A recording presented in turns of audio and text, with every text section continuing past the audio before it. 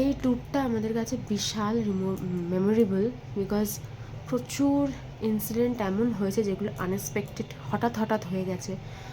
সেভাবে ভিডিও করে উঠতে পারিনি, কেন আমার মনে হয়েছে ওই সিচুয়েশানটার গুরুত্বটা অনেক বেশি ভিডিও করার থেকে। সো দ্যাটস ওয়াই আমি করতে পারিনি। কি হয়েছে আমি সবটা পরে বলবো। আপাতত তোমাদের যেটুকু